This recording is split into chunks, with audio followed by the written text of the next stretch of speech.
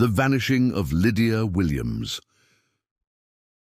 It was the summer of 1952 when Lydia Williams vanished without a trace. At 25, Lydia was a local school teacher in the small town of Hollowbrook, tucked away in the rolling hills of West Virginia. The town, with its cobblestone streets and old Victorian houses, seemed to stand still in time, as if the clock had forgotten to move forward. The people were simple, hard-working folks, and nothing ever seemed to happen that wasn't ordinary. Lydia had always been a quiet soul, a woman who preferred books to parties and long walks through the mist-covered forests to social gatherings. She had a modest home just at the edge of town, surrounded by tall, ancient trees that seemed to whisper in the wind. It was said that the house was haunted, though no one had ever been able to confirm the rumors. Still, Lydia was unbothered by the eerie whispers or the peculiar sounds that emanated from the woods at night. On the evening of June 12th, Lydia went for one of her usual evening walks. She'd spent the day marking papers at her kitchen table, but by dusk she was eager to stretch her legs. She kissed her mother goodbye and told her she'd be back by nightfall. She always walked the same path, down to the creek along the forest edge and back by the old mill. It was a peaceful route, familiar and comforting. But that night, Lydia never returned. The first few hours passed without concern. It was unlike Lydia to be late, but she often lost track of time during her walks. Her mother, Mrs. Williams, assumed her daughter had gotten caught up in the beauty of the forest and was simply taking her time.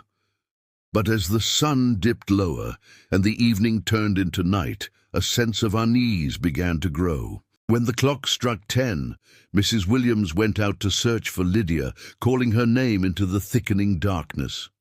The woods were eerily silent, the usual rustling of leaves and chirping of crickets absent. Mrs. Williams called out again and again, her voice trembling, but there was no response. The cold air was thick with a strange stillness, as though the forest itself was holding its breath. Panic set in by midnight. Mrs. Williams hurried to the sheriff's office, waking up Sheriff Danielson, a stern, weathered man in his mid-50s. The sheriff had heard rumors about Lydia's disappearance before, but this was different. There were no signs of struggle, no clues left behind, no footprints, no disturbed earth. It was as if Lydia had simply vanished into thin air. The search party was organized by dawn, with townsfolk and volunteers scouring every inch of the forest and surrounding areas. But there was no trace of Lydia. No one had seen her that night, and no one had heard anything unusual.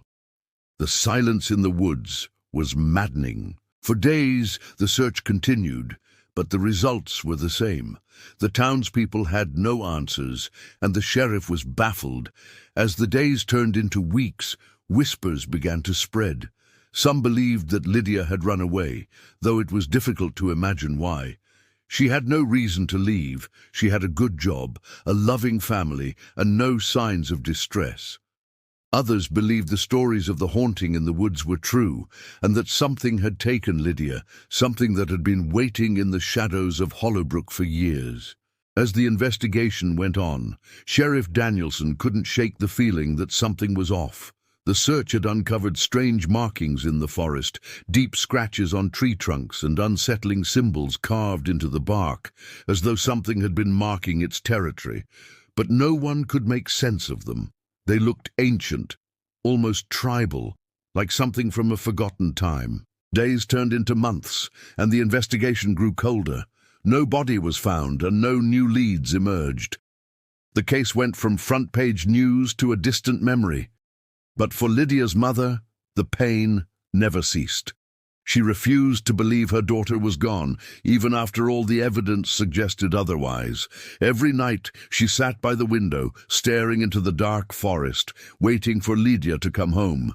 Aqui está a continuação da história, com mais tensão e mistério.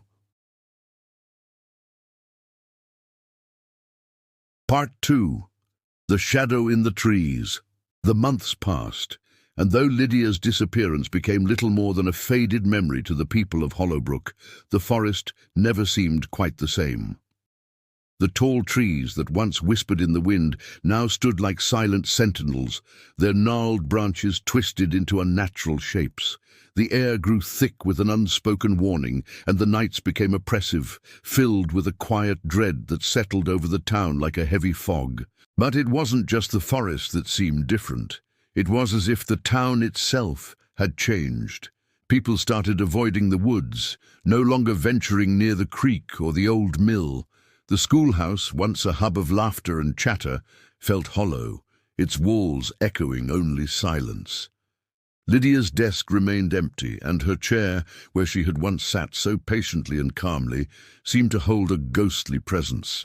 The sheriff, too, had begun to feel the weight of Lydia's disappearance.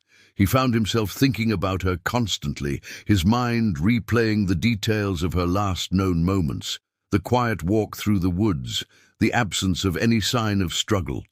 It didn't make sense. People didn't just vanish like that, not without a trace, not in a town like Hollowbrook. Then, one night in late October, something happened that would forever change the course of the investigation. Sheriff Danielson was at home, reviewing old case files by the dim light of his desk lamp, when he received an urgent knock at the door. It was young Tommy Harris, a local teenager, his face pale and trembling. "Sheriff, you have to come. It's Lydia." Sheriff Danielson stood up immediately, his heart pounding. "Where? What do you mean, it's Lydia?" Tommy's voice shook. "It's out there, in the woods. I saw her, Sheriff. I saw her walking, but she wasn't right. It was like she was changed." The sheriff grabbed his coat, not wasting another moment. He followed Tommy into the night, the wind howling through the trees as they made their way toward the edge of the forest. The town was still, too still, and the ground seemed to vibrate with an eerie energy.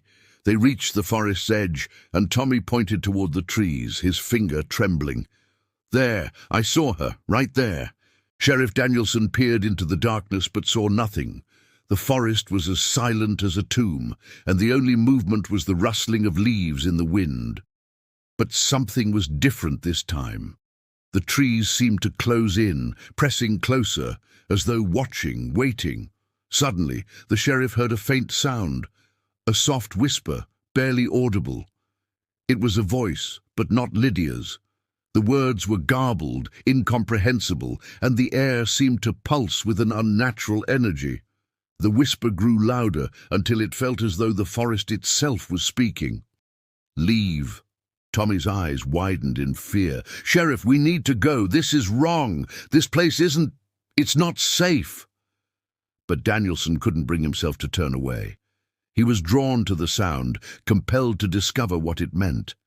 He stepped further into the woods, with Tommy reluctantly following behind. As they walked deeper, the trees began to form a tighter canopy above them, blocking out the moonlight. The air grew colder, and the whispering grew louder. Then, through the dense shadows, they saw her. Lydia. But she wasn't the Lydia they remembered.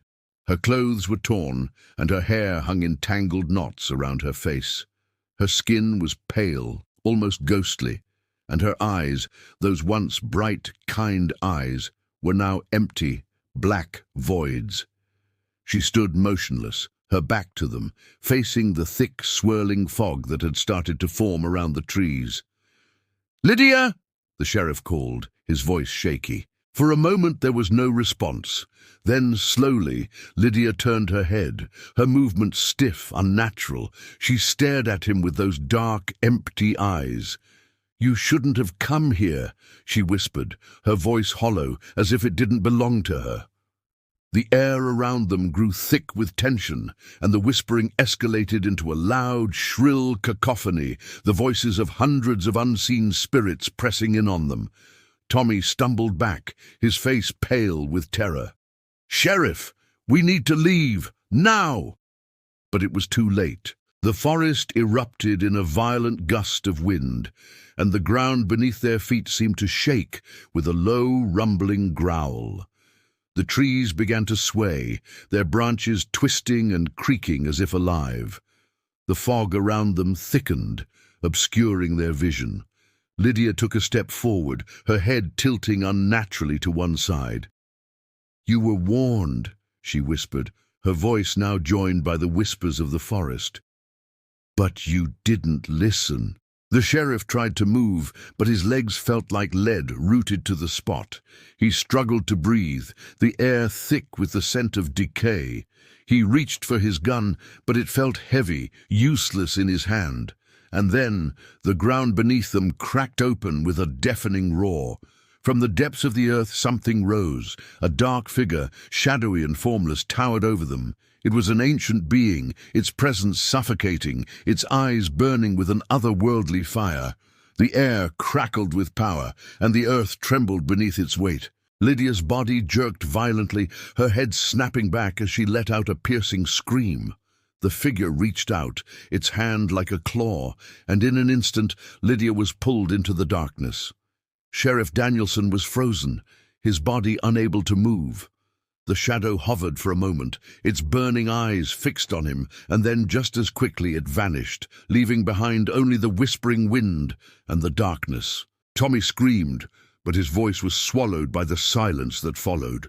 The sheriff could only stare, helpless, as the world around him seemed to return to normal, the fog dissipating and the forest falling still once more.